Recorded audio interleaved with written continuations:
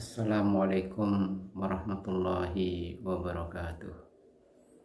Anak-anakku sekalian, sebelum kita memulai pelajaran, marilah kita mengawalinya dengan baca basmalah bersama-sama. Bismillahirrahmanirrahim. Anak-anakku sekalian, pada hari ini kita akan mempelajari tentang materi jalur dan proses masuknya Islam di Indonesia. Anak-anakku sekalian, bila kita melacak perjalanan sejarah masuk Islam di Indonesia ini, itu sangat luar biasa. Para penyebar Islam masa-masa awal Islam di Indonesia ini telah mengajarkan bagaimana cara mengajarkan Islam itu kepada umat yang belum menganut ajaran Islam. Para pendakwah dulu itu sama sekali tidak mengajarkan kekerasan, sama sekali tidak mengajarkan bagaimana cara-cara untuk menyebarkan Islam itu melalui proses peperangan, melalui intimidasi, melalui provokasi, dan bahkan kekerasan sekalipun sama sekali tidak dilakukan oleh para pendakwah-pendakwah kita dulu. Itu sangat luar biasa. Para penyebar Islam dulu itu menyebarkan Islam itu dengan cara-cara yang sangat santun, menyebarkan Islam itu dengan cara-cara yang sangat damai. Inilah karakter Islam itu. Islam itu diajarkan dengan penuh dengan rahmatan lil alamin. Nah, anak-anakku sekalian, pada materi ini kita akan mencoba untuk melacak, untuk menganalisis bagaimana proses masuknya Islam di Indonesia itu. Maka dari apa yang kita akan pelajari ini nanti, diharapkan kepada kalian itu memiliki kemampuan untuk melakukan analisis terhadap jalur dan proses masuknya Islam di Indonesia itu. Nah, anak-anakku sekalian, ikuti terus video ini sampai tuntas, simak baik-baik dan pelajari baik-baik serta pahami isinya. Jalur masuk Islam di Indonesia. Bila kita membaca sejarah peradaban bangsa Indonesia berkaitan dengan masuknya Islam yang dikemukakan oleh para ahli, maka kita tidak bisa memisahkannya dari istilah Nusantara untuk menyebut wilayah Indonesia. Pada umumnya, penyebaran agama Islam di Indonesia ini berlangsung melalui dua proses. Proses pertama, penduduk pribumi berhubungan dengan agama Islam kemudian menganutnya. Kedua, orang-orang asing Asia seperti Arab, India, dan Cina yang telah beragama Islam bertempat tinggal secara permanen di satu wilayah Indonesia untuk kemudian melakukan perkawinan campuran dan mengikuti gaya hidup lokal. Setidak-tidaknya ada 4 teori tentang Islamisasi awal di Indonesia ini, yaitu teori India, teori Arab, teori Persia, dan teori Cina. 1. Teori India. Teori ini dimukakan oleh Bijnapel, Mokwete, Fatimi, dan Snokhargrone. Teori ini menyatakan bahwa agama Islam baru masuk ke Nusantara pada abad ke-13 Masehi yang dibawa oleh para pedagang dari Kambai, Gujarat, India. Seorang ilmuwan barat, Bijnapel, yang mengkaitkan asal mula Islam di Indonesia dengan daerah Gujarat dan Malabar. Menurut beliau, orang-orang Arab bermadzhab Syafi'i yang bermigrasi dan menetap di wilayah India yang membawa Islam ke Nusantara. Sementara Snokhargrone berpendapat bahwa ketika Islam itu tiba di beberapa kota pelabuhan anak benua India, banyak di antara penduduknya yang beragama Islam dan tinggal di sana sebagai pedagang perantara dalam perdagangan Timur Tengah dengan Indonesia. Lalu mereka datang ke dunia Melaya atau Indonesia sebagai para penyebar Islam pertama. Setelah itu disusul oleh orang-orang Arab. Dia mengatakan bahwa abad ke-12 sebagai periode paling mungkin dari permulaan penyebaran Islam di Indonesia. Bijnapel ini sendiri merupakan seorang orientalis dari Universitas Leiden, Belanda yang fokus pada manuskrip Melayu. Dia mengatakan bahwa Islam masuk ke Indonesia lewat pedagang dari Gujarat. Hal ini didasarkan pada seringnya kedua wilayah India dan Indonesia ini disebut dalam sejarah Nusantara klasik.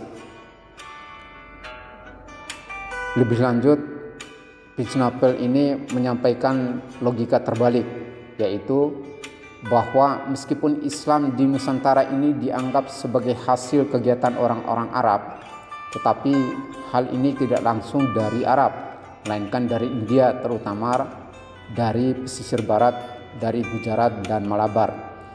Jika logika ini dibalik, maka dapat dinyatakan bahwa meskipun Islam di Nusantara berasal dari India, sesungguhnya ia dibawa oleh orang Arab juga.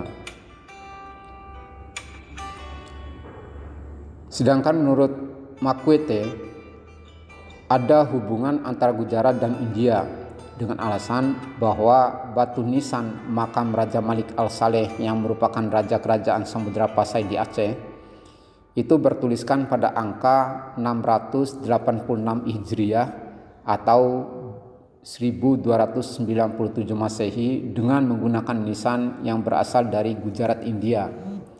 Selain itu, batu nisan yang terdapat di makam Maulana Malik Ibrahim di Gresik, Jawa Timur juga menunjukkan hal yang sama. Kedua batu nisan tersebut memiliki persamaan bentuk dengan batu nisan yang terdapat di Kambai, Gujarat, India. Dua, teori Arab atau teori Mekah. Teori ini berpandangan bahwa para pedagang Arab telah menyebarkan Islam ketika mereka menguasai secara dominan perdagangan Barat Timur sejak abad-abad awal Hijriah atau abad ke-7 dan 8 Masehi. Meskipun tidak terdapat catatan sejarah tentang kegiatan mereka dalam penyebaran Islam, namun teori ini berasumsi bahwa mereka terlibat dalam penyebaran Islam kepada penduduk lokal di Indonesia. Dalam sejarah masuknya Islam ke Indonesia, teori ini menyatakan bahwa Islam datang ke Indonesia secara langsung dari Arab, tidak melalui perantara bangsa lain. Beberapa bukti sejarah dikemukakan untuk menguatkan teori ini, bahwa Islam masuk ke Indonesia langsung dari Mekah sebagai pusat agama Islam sejak abad ke-7. Salah satu sejarawan yang mendukung teori ini adalah Profesor Hamka. Dia menyatakan bahwa Islam sudah datang ke Indonesia pada abad pertama Hijriah atau abad ke-7 sampai 8 Masehi langsung dari Arab dengan bukti jalur perdagangan yang ramai dan bersifat internasional. Itu sudah dimulai melalui Selat Malaka yang menghubungkan dinasti Tang di Cina, Asia Timur, Sriwijaya di Asia Tenggara, dan Bani Umayyah di Asia Barat. Menurutnya, motivasi awal kedatangan orang Arab tidak dilandasi oleh nilai-nilai ekonomi, melainkan didorong oleh motivasi spirit penyebaran agama Islam. Dalam pandangan Hamka, jalur perdagangan antara Indonesia dengan Arab telah berlangsung jauh sebelum tarikh Islam. Hamka berpendapat bahwa pada tahun 625 Masehi, berdasarkan sebuah naskah Tiongkok yang dicatat oleh pendeta Buddha yang bernama I Ching, yang melakukan perjalanan dari Kanton menuju India.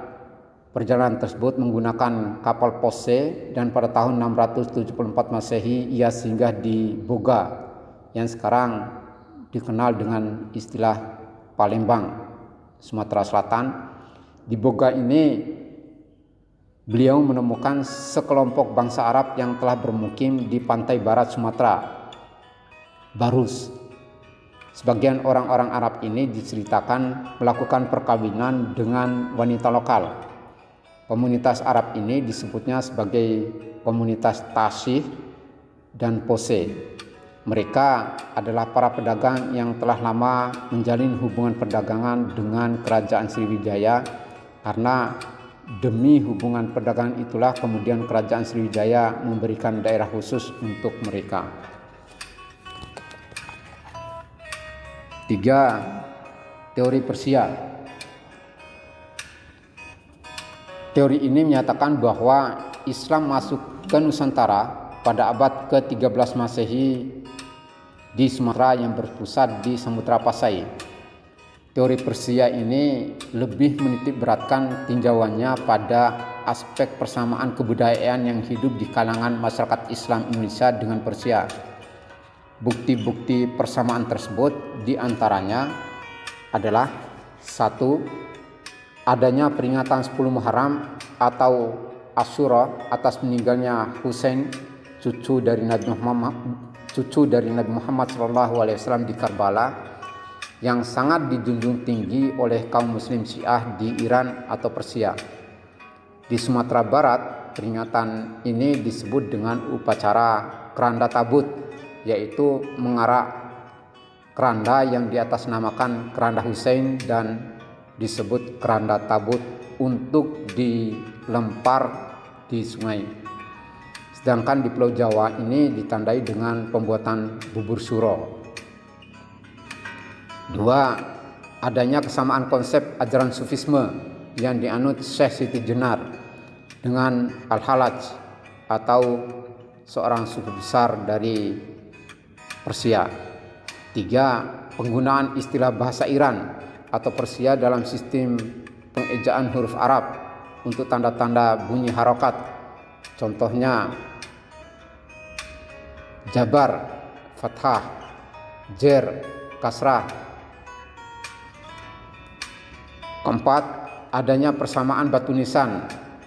Batu nisan Maulana Malik Ibrahim tahun 1419 Masehi di Gresik dan Malik Al-Saleh 1297 Masehi di Pasai yang berasal dari Gujarat. Berdasarkan data-data tersebut, Husain Jayadiningrat ini berpendapat bahwa Gujarat merupakan daerah yang mendapat pengaruh dari Persia yang menganut paham Syiah dan dibawa ke Indonesia.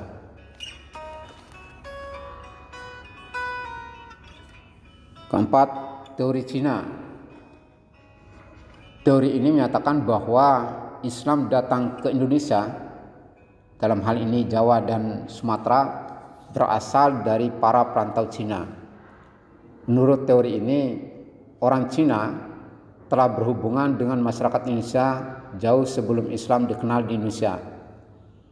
Pada masa Hindu-Buddha, etnis Cina atau Tiongkok telah berbaur dengan penduduk Indonesia, terutama melalui kontak dagang. Bahkan ajaran Islam ini telah sampai di Cina pada abad ke-7 Masehi, masa di mana agama ini baru berkembang. Sumanto Al-Qurtubi dalam bukunya Arus Cina Islam Jawa mengatakan bahwa menurut kronik atau sumber luar negeri pada masa dinasti Tang, di daerah Kanton, Zhangzhou, Guangzhou dan pesisir Cina bagian selatan telah terdapat sejumlah pemukiman Islam. Teori Cina didasarkan pada sumber luar negeri atau kronik maupun lokal atau babat dan hikayat. Bahkan menurut sejumlah sumber lokal ditulis bahwa Raja Islam pertama di Jawa, yakni Raden Fatah dari Kesultanan Demak, merupakan keturunan Cina.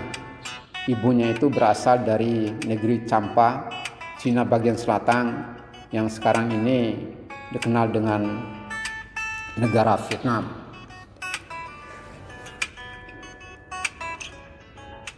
Nah, pada dasarnya semua teori-teori yang disebutkan tadi ini memiliki kelebihan dan kelemahannya masing-masing. Tidak ada kebenaran yang mutlak dari landasan teori-teori tersebut. Namun hal yang sangat penting bahwa Islam tersebar di negeri Indonesia ini tidak dengan jalan kekerasan, melainkan dengan hikmah, yaitu nasihat yang baik. Demikian materi ini disampaikan. Saya sampaikan ucapan terima kasih yang sebanyak-banyaknya atas perhatian kalian semua. Kita tutup dengan baca hamdalah bersama-sama.